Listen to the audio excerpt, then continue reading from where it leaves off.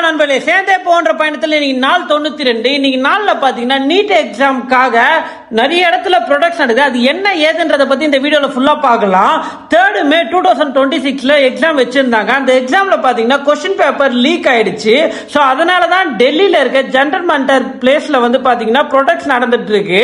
So இந்த products எதை base பண்ணி நடந்துட்டு இருக்கு அப்படின்னா, எஜுகேஷனல் மினிஸ்ட்ரி இந்தியால வந்து தர்மேந்திர பிரசாத் ரிசைன் பண்ணணும்ன்ற விஷயத்தை முதல் சொல்றாங்க.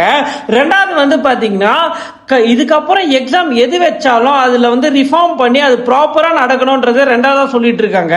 மூணாவது பாத்தீங்கன்னா இந்த எக்ஸாம் முறைகேடா நடந்ததுனால 11 பேர் அவங்களோட உயிர் விட்டுருக்காங்க. சோ அதுக்காக அவங்களுக்கான காம்பன்சேஷன் கிடைக்கணும்ன்றதுக்காகவும், அதே மாதிரி சோனம் வான்சூன்றவர் பாத்தீங்கன்னா ப்ரீவியஸா அவர் தான் இந்த ப்ரொடக்ட் ஸ்டார்ட் பண்ணாரு உண்ணாவிரதம் மூலியமா. அவர் இப்ப ஹாஸ்பிட்டல் இருக்காரு. அவருக்கான ஃப்ரீடம் கொடுத்து அவர் ரிலீஸ் பண்ணணும்னு சொல்லியிருக்காங்க. சோ இந்த ஜெண்டர் மண்டர் பிளேஸ்ல அன்வான்டா நிறைய ஃபுட் டெலிவரி வருது, நிறைய ஃபுட் வருதுன்னு சொல்லிட்டு இருக்காங்க. அதை பார்க்கும் போது ரொம்பவே சந்தோஷமா இருக்கு. இன்னுமே ஹியூமனிட்டி நம்மளுக்கு அலைவா இருக்கு. இந்த மாதிரி இன்ஃபர்மேட்டிவான வீடியோ நீங்க பார்க்கணும். ஏஜிஎம் விலாக்ஸை சப்ஸ்கிரைப் பண்ணி சேர்ந்தே போன்ற பயன் சேர்ந்து வாங்க. வரட்டா.